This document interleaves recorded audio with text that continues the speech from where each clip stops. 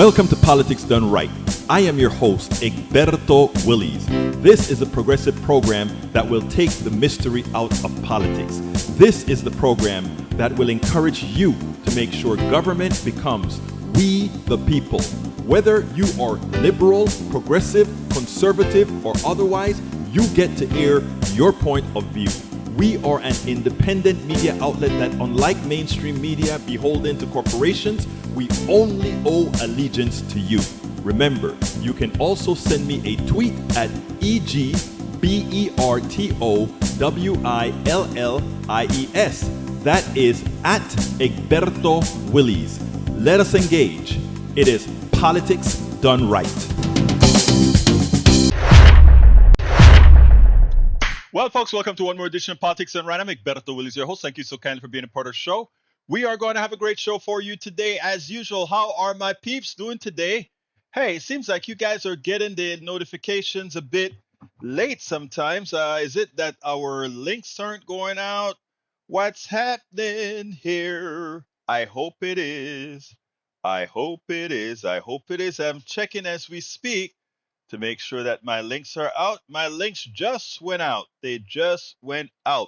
Anyway, folks, how's everybody doing today? I trust that you're doing fine. It's Thursday, and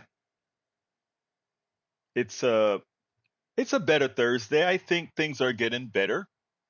Liz Cheney finally endorsed Kamala Harris. I think that is not a shocker, as expected.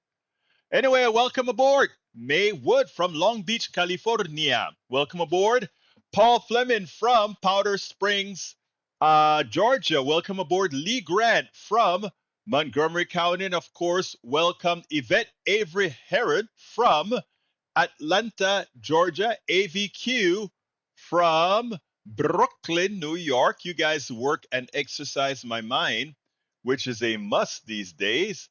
But let's get busy laughing. According to Fleming, Paul Fleming says, laughing. Former President Trump on Thursday said that if elected, he would create a government efficiency commission to be run by Elon Musk, who pitched the idea weeks ago. Elon Musk. Elon Musk, because of the media, doesn't know quite that what they should, even as they report on it. Elon Musk is a failure. I know everybody likes to think of Elon Musk as this huge success because of SpaceX, because of Tesla. Remember who did those things? Not Elon Musk. That wasn't Elon Musk's intellect. That was the intellect of the great engineers that's been at these companies all along. They just needed the money bag, the person who had the ability to acquire the capital. In a capitalist society, that's what you get. All right. Paul Fleming also says former Trump campaign advisor indicted for ties to sanctioned Russian state-run media company. Pro-Trump conservative media startup received 90% of its funding from Russia. Indicted Russia's specifically instructed pro-Trump influencers to promote clips of Russia trip by former Fox News host, which they then did, all in one news cycle. Tell me more about how Russia is all a big hoax. We never thought it was a hoax. We always knew the truth. All right, let's see what else we got here.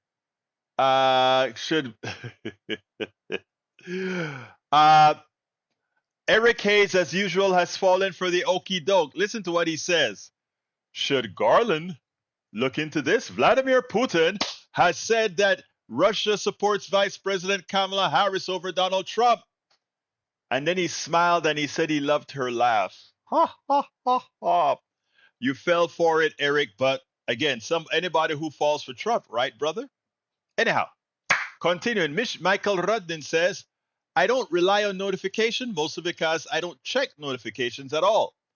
As for why I'm almost first for your show, I set my alarm clock for 3:59 and wait. And you know what I tell you for that, Rudden? I am honored that I have a listener that sets an alarm for the time that I'm supposed to be here. And I want to thank you for being a continual supporter of the program, both in kind and otherwise. So, I mean, that is great. That touches the heart. Eric Hayes said tidbits. UFC O'Connor McGregor hints at 2025 Irish presidential run. UFC icons suggest a 2025 Irish presidential rush, vowing to hold politicians accountable and dissolve the Dáil. Ha ha ha ha. Good luck. Yeah, I heard about Fulton, her ticket. Let's see what else we got here. Musk is successful for a reason, no matter progressive jealousy. Okay. Paul Fleming says, I got carded buying Sudafed at the store the other day, but I can buy a gun in Georgia without a background check. Yep. And the results of that is exactly what you had yesterday. People dying. In other words, the policies of the party that believes in the sanctity of life doesn't generate the sanctity of life. Let me tell you another caveat. I just heard this on TV today. You know, Donald Trump liked to advertise himself as the president who is preventing abortions. He liked to advise himself as a president who believes in the sanctity of life, and by restricting women's choice, he will reduce abortions. Guess what's the truth, folks? Obama, El Señor Obama, who is a pro-choice president, had 300,000 fewer abortions when he left office than when he went in.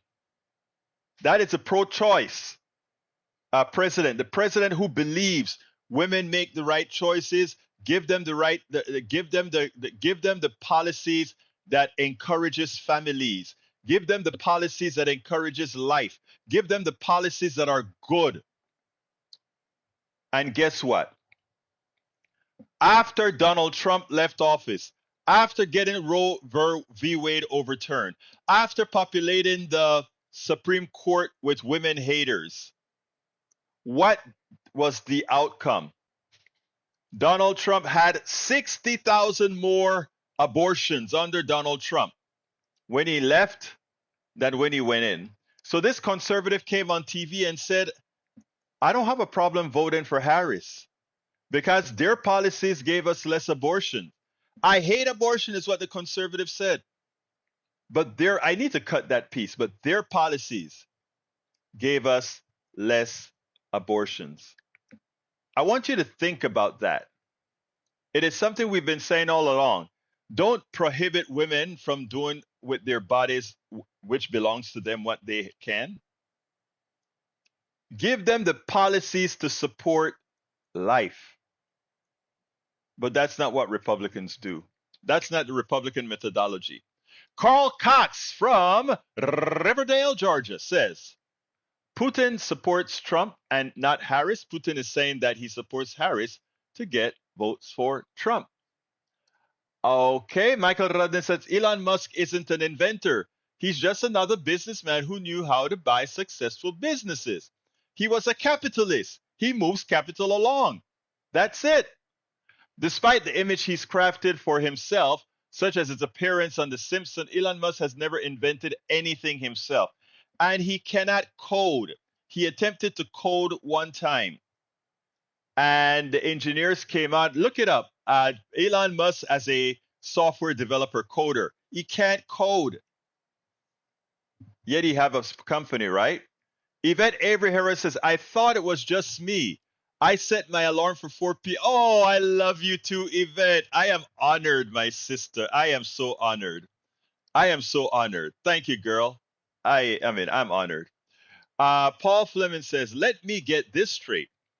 Republicans are banning books, drag shows, and life-saving gender-affirming care, all to protect children. But they're also rolling back child labor laws, gun reform, and passing laws to force adolescents to give birth.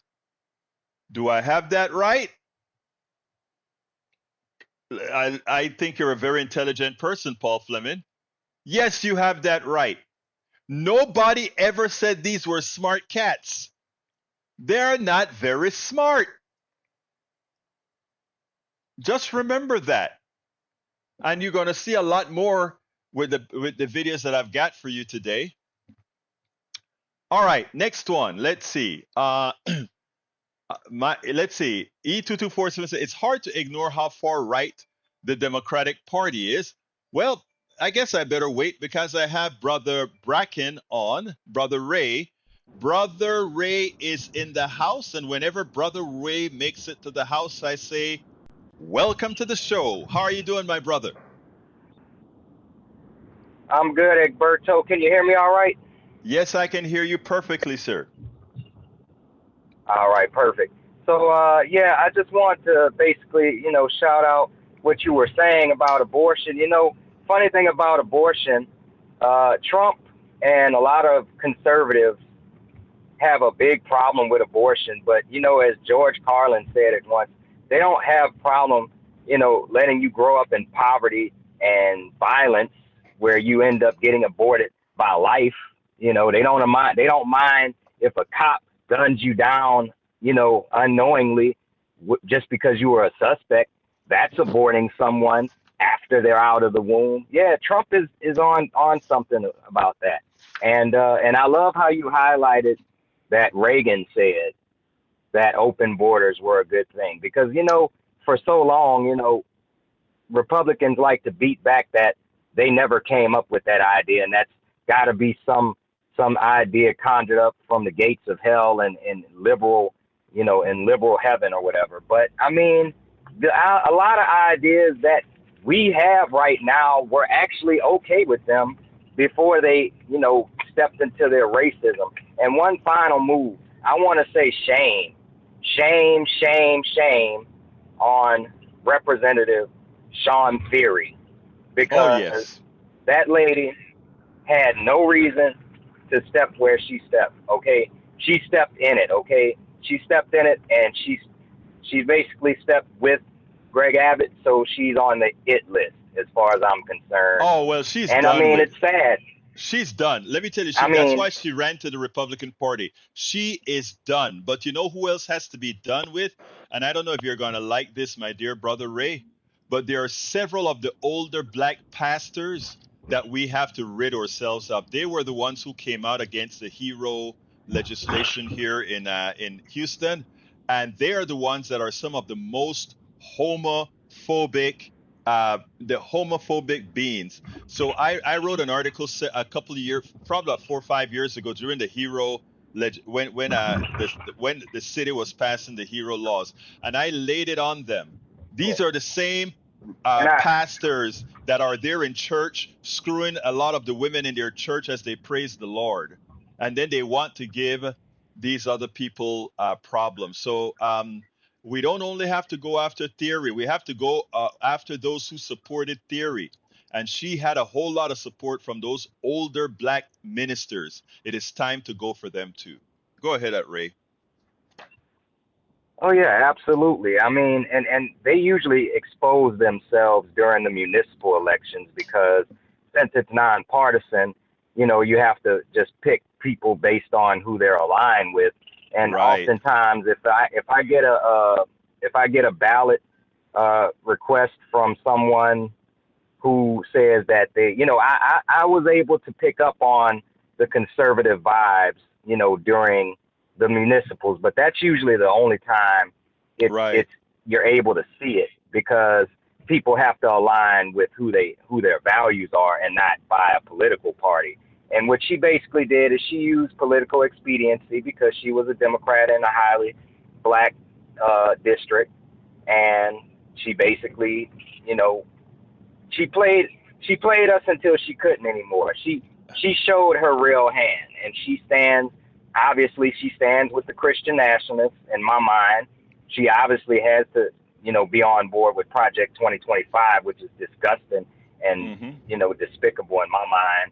And, like you say, we gotta air them out. And I appreciate people, progressives like Lauren Ashley Simmons, who stepped up and exposed her for who she was when she Oh wanted to call yes. herself the real Democrat. But Oh yeah. I'm just basically rambling to say, you know, abortion is not just a women's choice. You know, I'm a man, okay? And I feel like my choice is restricted when abortion is restricted also. That's a conversation a lot of men don't want to have, but abortion being banned will ultimately affect us too I love that. I if love we your actually insight. respect the boundaries of women. I love your insight because it is important for us to understand that it's not just a woman issue. It's a family issue. It's a our issue. Those days where the woman get pregnant and everything is on the woman are over. Those patriarchal days are done.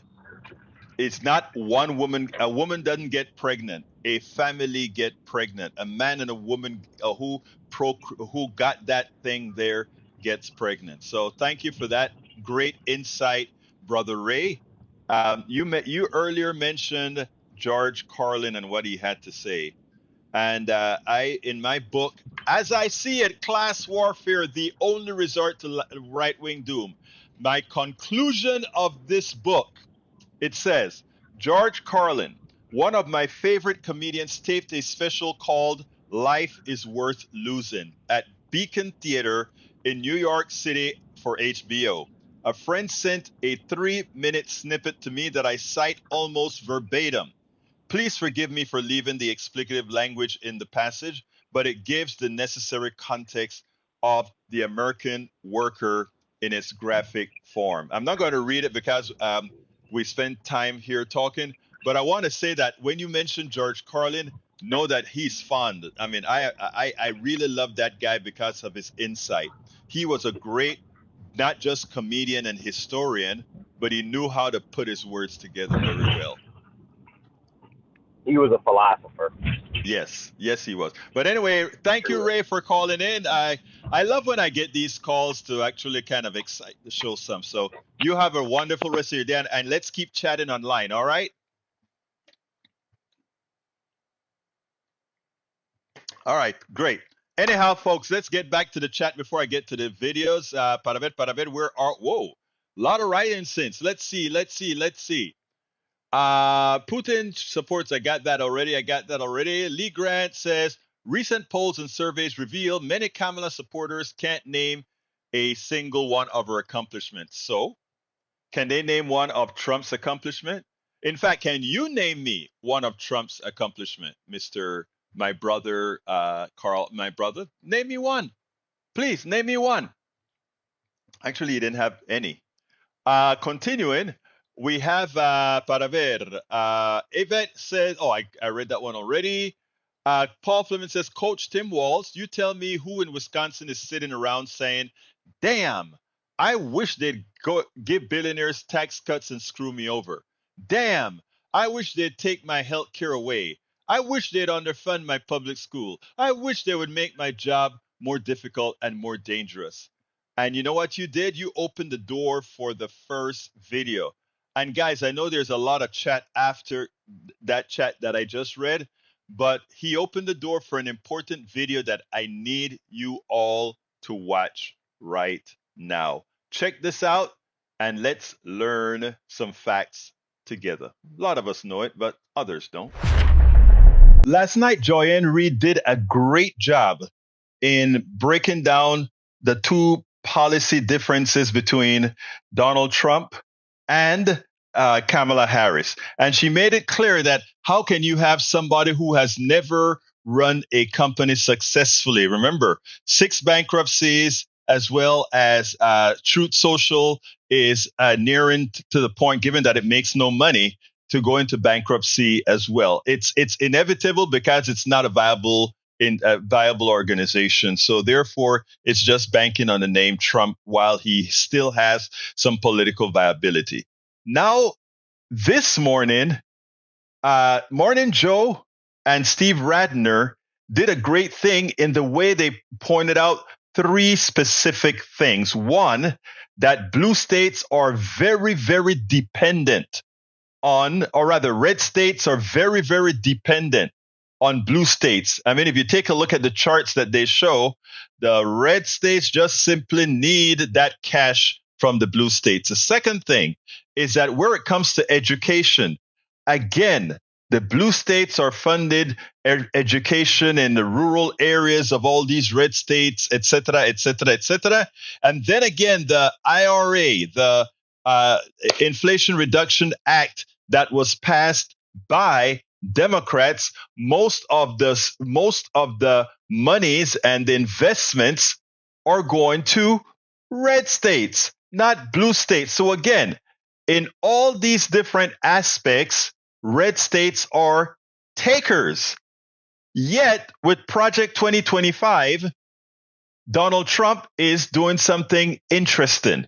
He's taking away all the resources that blue states are providing for the red states, or a lot of those resources.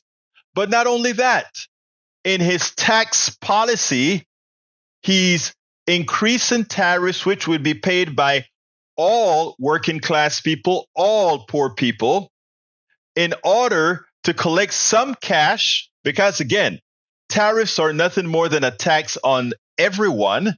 He collects that tax, and guess where that tax goes? Into a tax cut, a huge tax cut for the wealthy. And again, it is important that people understand this.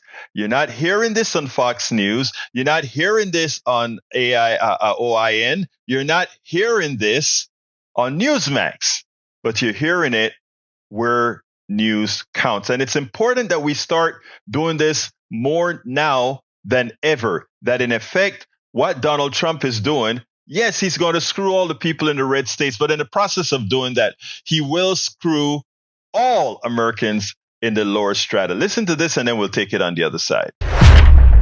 The record's pretty clear, and history's pretty clear here, which is job growth. As Bill Clinton noted in his convention speech, job growth has happened under Democratic administrations. Deficit reduction is more common under Democratic administrations. These business policies, as Goldman Sachs forecasts, they're better business policies outlined by Harris than it is for Trump. And I will just say this. We've gone through 2.5, 3 years of people, especially on the Republican side, warning about inflation. The most inflationary policies being proposed in the current campaign are enhanced tariffs and immigration restriction, because that would affect the amount of supplies of goods coming into our country and severely hamper the number of employees that we have in our country. So if your primary concern is inflation, it's pretty clear, too, that you should vote for Harris. Steve, you're looking at how Donald Trump's policies would do more harm to the states that support him the most. And let's be very clear here. Donald Trump and Kamala Harris both want to raise taxes. Kamala Harris is talking about actually raising taxes on corporations and the wealthiest of Americans. She's talking about, though, giving a big tax cut, big tax credit to small business owners that will benefit entrepreneurs. Donald Trump, as the Wall Street Journal editorial page said months ago, Donald Trump has proposed the biggest tax increases in this election through the form of tariffs. And who do tariffs hurt? They don't hurt the rich. They hurt consumers. They hurt middle-class Americans who can't afford the Trump tariff tax that they're going to get hit with. Yeah, the Trump tariffs are, as you say, are actually a huge tax increase. It would cost the average American family something like $1,600 a year. And even worse than that, it would affect the people at the bottom in terms of the percentage income that they would lose more than the people at the top. So it's what we call regressive, favoring the rich over the poor, as well as raising inflation and really having a negative impact on the economy. But I think there were two things about Harris's announcement yesterday that are worth pointing out. The first is that unlike Trump, who seems to make policy kind of on the fly, wherever he is, IVF, we're going to pay for it, we may not pay for it, whatever, she's actually starting to come out with very detailed plans on housing, on taxes, on small business, and so forth. And so she's running a campaign with policy, unlike the former president, except for these off-the-cuff kinds of things. And secondly, her proposal would increase taxes on the wealthy, unlike Trump's, which would decrease taxes on the wealthy, try to get people to pay their fair share, and try to take a stab at addressing our deficit. Trump has no plan for that. And what you saw yesterday for Harris is the beginning of a plan for that. Generally speaking, what I think most people don't understand is that if you look at sort of the who gets and who gives among the states, you're going to find that the blue states give a lot more to Washington than they get from Washington, which is ironic given that you have a Republican president who in effect wants to reduce what the disadvantage that the red states have and increase it for the blue states. But let's take a look at this chart.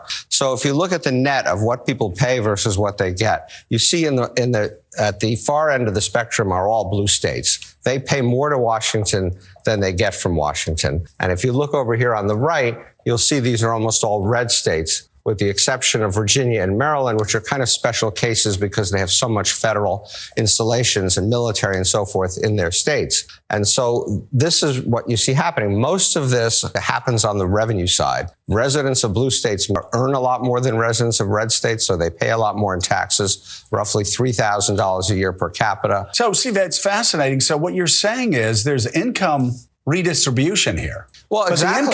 The income redistribution is coming from blue states, and it is benefiting the very people that go around yammering about socialism all the time when they are the beneficiaries of income redistribution from blue states to red states. So if anybody is benefiting from a, quote, socialist redistribution scheme, how fascinating. It's mainly red states. Joe, you said it better than I said. In our system, where we try to make people more equal, yes, government has tilted in favor of the red states, the same government that Trump would like to reduce or dismantle. Overwhelmingly, it's the red states that are the greatest beneficiary of education funding. Exactly. So let's talk about two pieces of education funding. First, let's talk about Head Start. Head Start primarily benefits children in rural communities, lower income communities, and so forth. So it's not surprising that the top funded state under Head Start is Mississippi, which gets $56.84 per resident back. And you can see then it's West Virginia, it's Louisiana, it's Kentucky, it's Wyoming.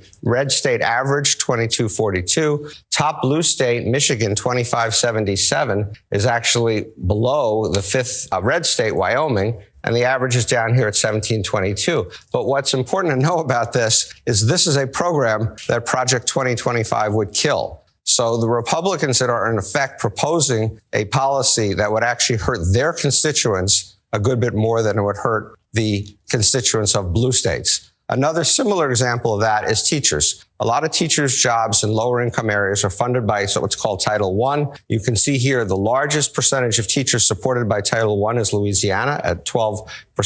But you've got Mississippi, you've got Alabama, you've got Florida, you've got New Mexico, Arizona, Nevada, swing states and red states principally benefiting.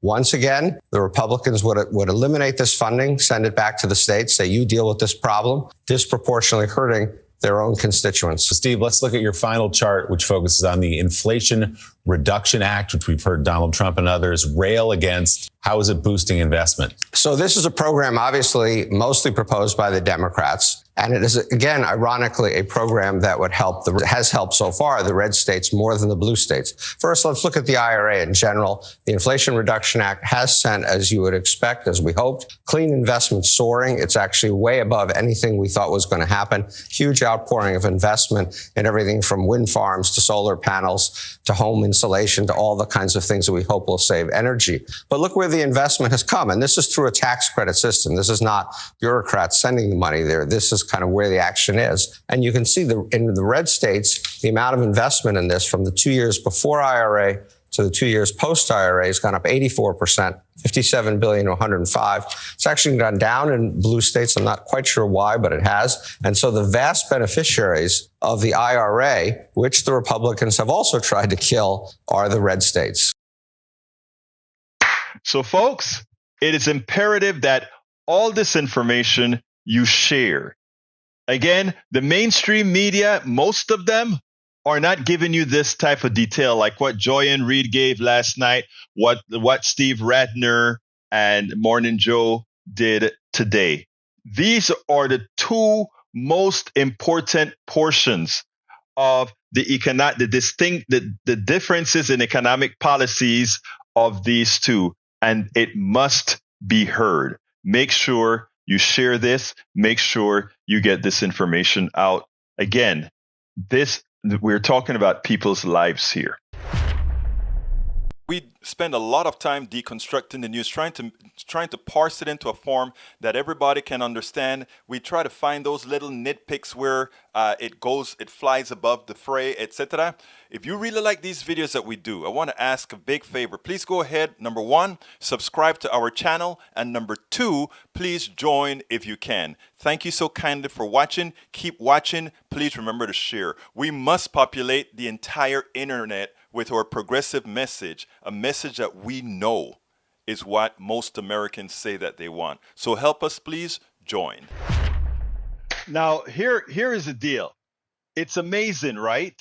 That you put out all this information here and you try to give folks the best you can, and you still have those that are resistant to actual learning. I had a caller that called in this morning to my show. And the one thing I told him is, look, I don't do the show specifically for him, right? What I do, however, is I ping pong off of him for those who are not holding themselves resistant to learning, for those who don't choose to be willfully ignorant. There's a difference between just being ignorant and one that's being willfully ignorant. The willfully ignorant is the one who puts their fingers in their ears because they know the truth is something that's going to be anathema to everything they thought was true, which is what happened to most MAGA folk, right? Most MAGA, everything that they believe, or most of what they believe, and I'm saying this respectfully, and when I say this, I mean it from the depths of my heart. I'm saying it respectfully, but most of what they believe is a fallacy. It is not based on math. It is not based on science. It's not based on reality. When you hear somebody like, and again, when you hear somebody like Eric, my brother Eric Hayes, say the things that he say, irrespective of the actual inputs that are coming in, that is what you call, and brother, you know I love you, but that's willfully ignorant, right? You have chosen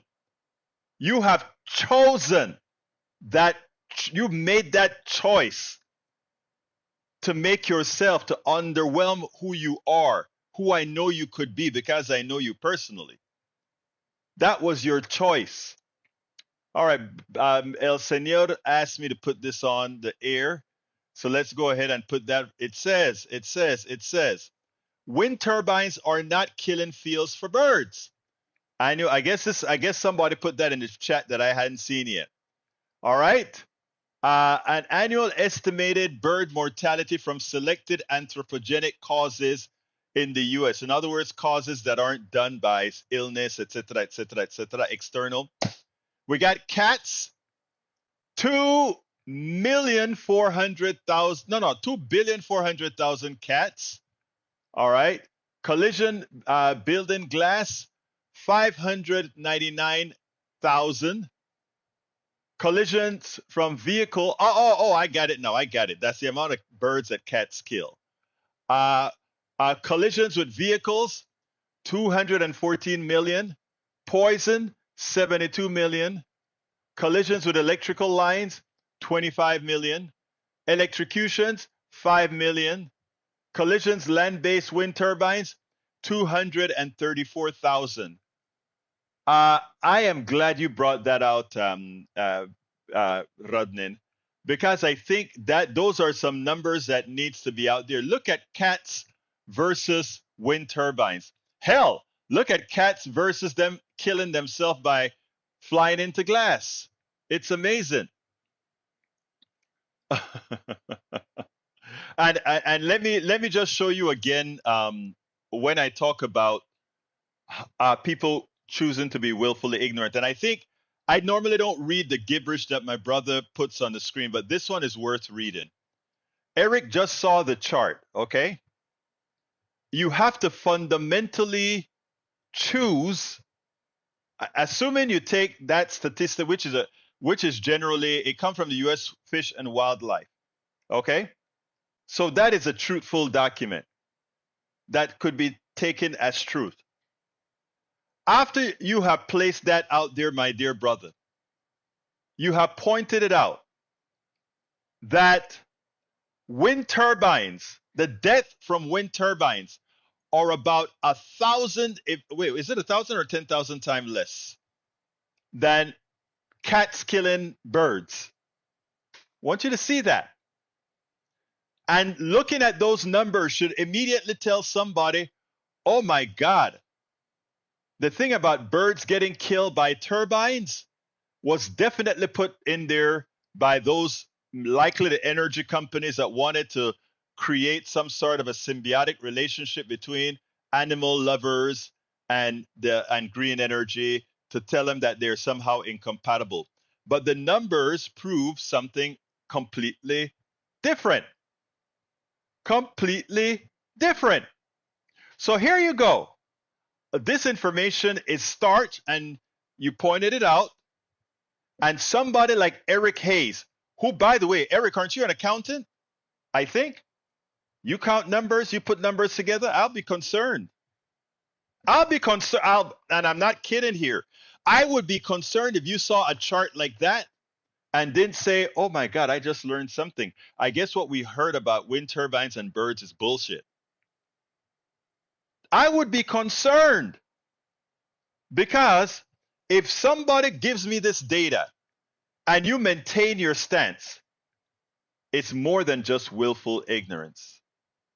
It is more than just willful ignorance. I won't say what it is. All right, let's continue here. I got Joyanne Reid, because Joyanne Reid is who I mentioned earlier. And Joyanne Reid did a great piece to contrast El Señor Trump versus Kamala. I want you to listen. I love Joyanne. I gave her a tweet yesterday because she's doing a great job in putting truth out there. I don't want this he said, she said kind of journalism anymore. I want the truth versus the non-truth. Let's listen to Joyanne Reid because she made a hell of a lot of sense as she pointed out facts. Those who listen to me often know that I give the media, the mainstream media, a hard time. The reason I give them a hard time is that they're still practicing that old school journalism, he said, she said, and not be the true fourth estate, the one that's telling you that, well, he said this, but he's wrong. She said this, but she's right, or whatever. There is a right and a wrong for many issues. Yes, there are some with gray areas, but there's a right and a wrong. In this case here, Joyanne Reid did the perfect analysis of comparing economically what Kamala Harris is going to do versus what Donald Trump is going to do, what Donald Trump has done. And she gave it the proper perspective. This is what journalism is supposed to do.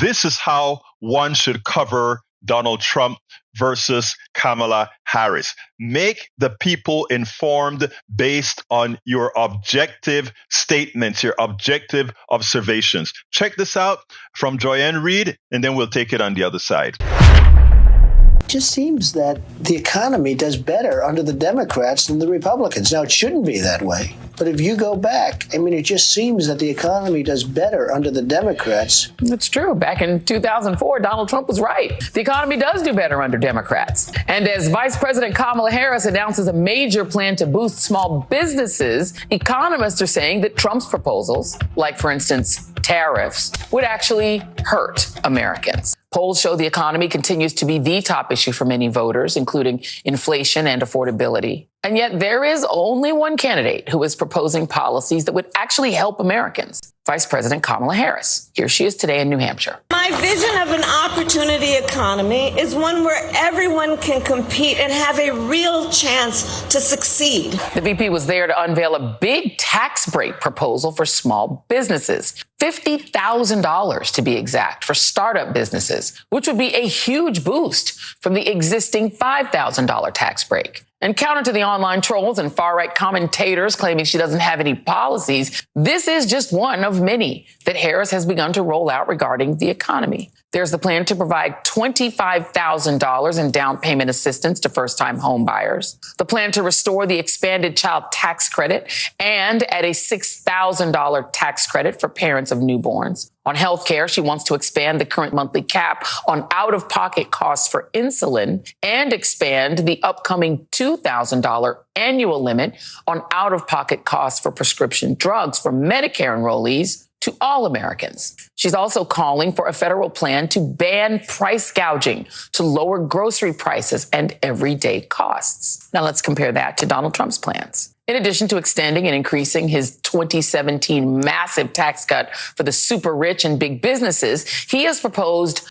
deporting roughly 11 million undocumented immigrants, which would cause huge problems for the agriculture and construction sectors, resulting in higher food and housing costs for Americans. He's also proposed imposing a 10% tariff on all products imported to the U.S. and up to 60% on all Chinese goods, which would essentially be a tax on every single one of those goods, meaning higher costs for American families. And his go-to line for how he will somehow pull a rabbit out of a hat to make everything more affordable is drill, baby, drill, i.e., by bringing energy costs down, all costs will come down. Okay, the problem with that plan is that under the Biden-Harris administration, the United States is already producing more oil, not only than any other time in U.S. history, no, but more than any other country on the planet ever has, ever. You don't need to take it from me, y'all. Moody's Analytics found that Harris's plans would cut the deficit by nearly $3 trillion, while Trump's plans would add more than $2 trillion over the next 10 years. And according to Goldman Sachs, the U.S. economic growth would see a boost with a Harris win and would fall if Trump returned to office. Yet when you ask your average voter who they trust more on the economy, they somehow often say Trump. And they often say, well, it's because he's a businessman.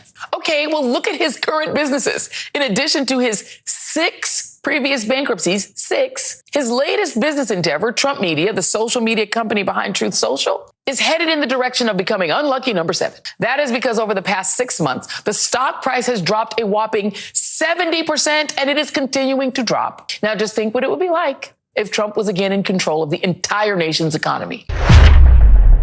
I could not have said it any better. I mean, when you compare what Donald Trump has done, what he's been, in fact, it's interesting because had Donald Trump taken the silver spoon that was given to him, the riches that was given to him, and just threw it in an index fund, guess what? He would have more money than he had trying to play businessman. As a businessman, to put it as nice as I can, he sucked. He had 6 bankruptcies, and guess what? Truth Central will be the 7th. Because again, Truth Central is making no money. It's a failure. And why is it a failure? Because Donald Trump is not a businessman. Donald Trump is a con man. And he was able to lose his fortune and make money simply by conning. And right now he's full of debt. But we'll see. Joyanne Reid did a great job in exactly how she needed to present Kamala Harris v. Trump in an objective manner based on simple facts. We spend a lot of time deconstructing the news. Based on simple facts. Anybody wants to refute any one of those statements, try. The fact of the matter is we were not doing better under Trump, even pre-pandemic. But most importantly, we need to remember that the pandemic and the downturn caused by the pandemic was a direct result of the failure, the pathetic failure of Donald Trump and how he handled it.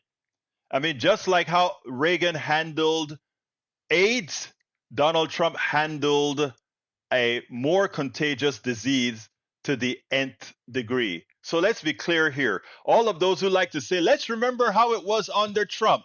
Yeah, let's remember how it was under Trump. And let's tell you better. Trump lived off of Obama's economy. And when it was time for him to perform, he failed. He got a lot of people killed with the pandemic. And he's the only president in our time to have left office with less people working than when he came into office. And as usual, as even Trump said, the economy does better under Democrats than under Republicans. That's not up for debate. That is not up for debate.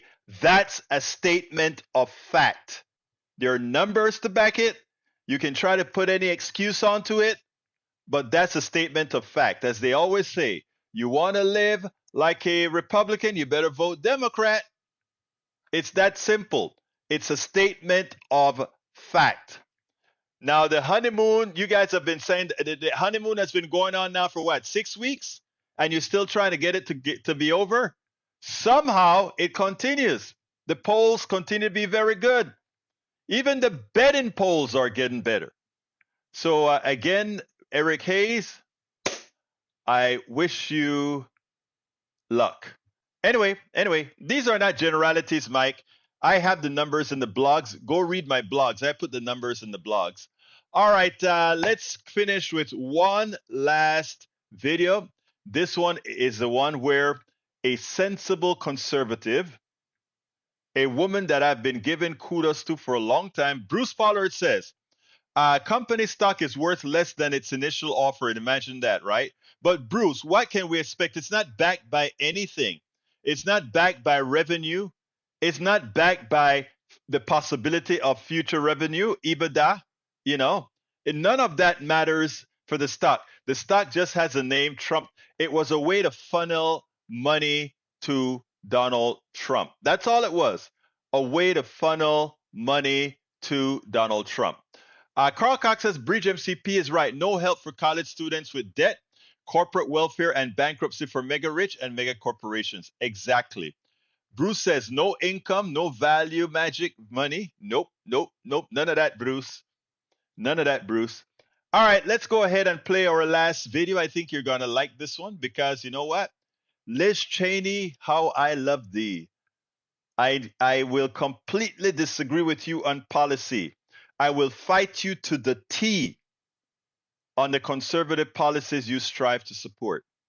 But I honor you because it took guts. You have more balls than any man out there in the way you handled your support for Kamala Harris. Here we go. All during the investigation on January 6th, I continuously gave kudos to Liz Cheney and Adam Kinzinger because these were two very conservative Republicans who I completely disagree with on policies, whether it be healthcare, taxes, or any one of these significant policies. But the fact that these guys understand that their party became a cult, and unlike the cowards that understand that the party is a cult, who continue to appease Donald Trump, who continue to appease MAGA, we have a few heroes who say, you know what? For me, it is country over party. It is my political affiliation does not matter when it comes to country. I will pick that which I live in before I try to pick some sort of a cult. And for that, I think it's important that we commend Liz Cheney, Adam Kinzinger, and many of the other Republicans who have outwardly, not in some hidden fashion, not behind the scenes, come out and tell to the audience at large, I am absolutely not voting for Donald Trump because I know what he represents. I know the evil that he is. I know the destructiveness that he would impinge on the country. And for that reason, not only am I not voting for him, but I'm also voting for Kamala Harris because I know at this point in time, at this point in our history, it's a binary choice. I wish it weren't, but it's a binary choice. Listen to how Liz Cheney expresses herself on the issue, and then we'll take it on the other side. As a conservative, as someone who believes in and cares about the Constitution, I have thought deeply about this. And because of the danger that Donald Trump poses, not only am I not voting for Donald Trump, but I will be voting for Kamala Harris. So yes, we don't agree. Those of us that are progressives don't agree with her extra conservative policies. And again, she's a real conservative. Donald Trump isn't. Donald Trump goes with whatever policy he thinks going to get him a win or get him more money. Right now, he's fighting between the win and more money. And more money seems to be winning, given that he hasn't caved on most of the things that he probably by now would have caved to. So again, Liz Cheney has my respect going forward. Absolutely so. And earlier I mentioned about Kissinger. Let's talk a little bit about what Kissinger had to say, because I think what he has to say is just as important. Many Republicans appeared at the DNC in Chicago to pretty much, first of all, endorse Kamala Harris, but also to really give other Republicans permission to vote for her, specifically because they all believe their party has gone down the wrong path in the way they've dealt and ceded the party to Donald Trump, who is nothing more than an evil person in for himself. But Adam Kinzinger, the person who had all the evidence of Trump's insurrection, the person who had all the evidence of the evils done by Trump in both the Russian deal and in many other instances, he came out, and he came out harder than anyone else. The excoriation was complete. I want you to listen to this, and then we'll take it on the other side. Hey, good evening. Good evening. Thank you. Thank you. Thank you. I'm Adam Kinzinger, and I am proud to be in the trenches with you as part of this sometimes awkward alliance that we have to defend truth, defend democracy, and decency. I was just a kid when I was drawn to the party of Ronald Reagan, to his vision of a strong America, the shining city on a hill. I was a Republican for 12 years in Congress, and I still hold on to the label. I never thought I'd be here, but listen, you never thought you'd see me here, did you? But I've learned something about the Democratic Party, and I want to let my fellow Republicans in on the secret. The Democrats are as patriotic as us. They love this country just as much as we do, and they are as eager to defend American values at home and abroad as we conservatives have ever been. I was relieved to discover that because I've learned something about my party too,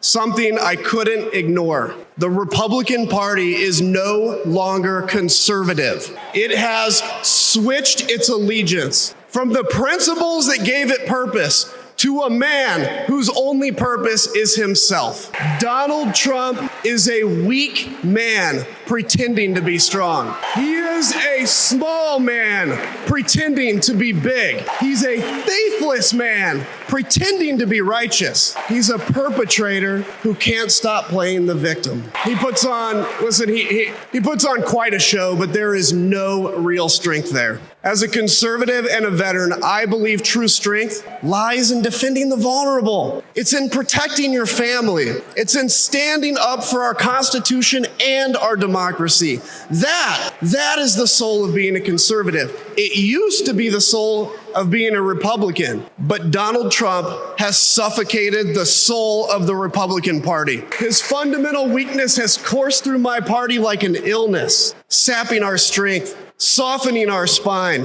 whipping us into a fever that has untethered us from our values. Our democracy was frayed by the events of January 6th, as Donald Trump's deceit and dishonor led to a siege on the United States Capitol. That day, I stood witness to a profound sorrow, the desecration of our sacred tradition of peaceful transition of power, tarnished by a man too fragile, too vain, and too weak to accept defeat. How can a party claim to be patriotic if it idolizes a man who tried to overthrow a free and fair election? How How can a party claim to stand for liberty if it sees a fight for freedom in Ukraine, an attack pitting tyranny against democracy, a challenge to everything our nation claims to be, and it retreats, it equivocates, it nominates a man who is weirdly obsessed with Putin, and his running mate who said, quote, "I don't care what happens in Ukraine." Yeah, and he wants to be vice president. Yeah.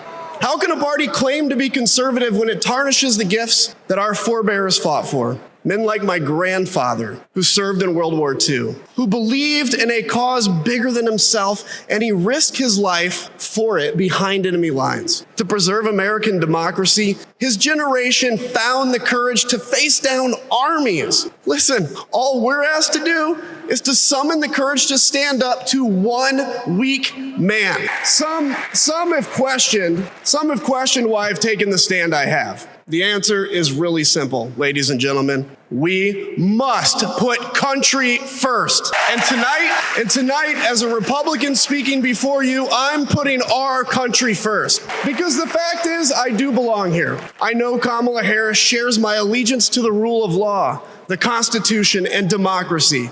And she is dedicated to upholding all three in service to our country. Whatever policies we disagree on pale in comparison with those fundamental matters of principle, of decency, and of fidelity to this nation. Listen, to my fellow Republicans, if you still pledge allegiance to those principles, I suspect you belong here too. Because democracy knows no party. It's a living, breathing ideal that defines us as a nation. It's the bedrock that separates us from tyranny, and when that foundation is fractured, we must all stand together, united, to strengthen it. If you think those principles are worth defending, then I urge you, make the right choice. Vote for our bedrock values, and vote for Kamala Harris. God bless you. And that is from one of the most conservatives out of Congress. Now, let me point out something, because I don't want to, when people put crap in the chat, I have to go ahead and answer it when it's prudent. Now, you have Mike Cisak giving you the blowhard information from the right wing, which is wrong. Here are the real numbers. The Washington Post fact check about $5,000 gives it two Pinocchios, partly because Trump claims credit for a trend that started under Obama and greatly exaggerates the impacts of his tax cut. In reality, when you add the numbers, it's only $1,400 over his first 2 years. And you know what happened after that? We got the tanking. But because of the money that we gave to people, you got a false look. Like, let me show you that chart. You got a chart that looked like this, that they also used to lie to Americans. But if you take a look at the chart and you look at the actual line of ascent, you see that the constancy of the Obama economy constantly moving up. In other words, a democratic economy constantly moving up was maintained based on those numbers that you see right there. This is what intelligent math, intelligent calculations do for you. I won't let those things stand. Let's go back to the chart. Under Obama's last 3 years, he had the annual data show his median household income increased by $4,800 over those 2 years, while Donald Trump was only $1,400. As usual, the economy does better under Democrats. What has to happen is they have to lie and cook the numbers to try to come out with an outcome that looks somewhat good for them. It is simply wrong. We have the numbers. We have the stats. If you want to look at it, just go. He gave you BLS. Go to BLS.gov. It is right there. He is correct. Go to BLS.gov. Do remember this chart here, because if you notice that straight line up, that is where we start to get the results of the pandemic. And what happens is the way that these numbers are calculated, it tells you something important. But again, if Eric is believing what, or is following what Brother Cisak is saying, anybody that he's doing accounting for, look out. Anyway, got to get out of here, guys. Got to get out of here. Got to get out of here. Love you all, but I got to get out of here. Before I go, though, I want to add, oh, by the way, Brisa Egberto, do you realize that they are against any form of abortion, but killing children is okay? Isn't that the same thing? No, Breach, it's worse. My sister Breach MCP, it is worse. I didn't salute all of you. Breach, welcome. Alzarin Dreams, a patriot. Welcome aboard, sis. Who else have we got here? Thank you for being here, Brother Rudnin. That I missed. Cox, I got to you. Steigen Burger Greek, how you doing, my friend? AC Rodriguez, ¿cómo estás, mi hermano favorito? Great to see you here. Who else did I miss? Bruce Pollard, I think I spoke to you. Anyhow, great talking to all you guys. Again, the misinformation and the way they have to cook their numbers to make it seem like somehow republicanism or conservatism is a viable alternative to the good policies that come out of the progressive domain is insane. But anyhow, folks, please support the program however you can. I'm asking you to support the program. First of all encompassing way to support the program is at politicsdoneright.com/support. That gives you all the different options that you can get to support our program. However, I'd like for those of you who have the wherewithal to become paid subscribers of our newsletter, Egberto Off the Record. That is at politicsdoneright.com/newsletter, politicsdoneright.com/newsletter. That way, we can actually continue to do this. I mean, there's a lot of work. You see all the things that I cut. I have to cut these things to make sure that it fits, all that good stuff. Billy Allison Irwin, welcome aboard, sis. So please support the program by becoming a paid subscriber of our newsletter if you can. And that is at politicsdoneright.com/newsletter. politicsdoneright.com/newsletter. Got to get out of here. My name is Egberto Willis. This is Politics Done Right, and you guys know how I end this baby. I am what? Out!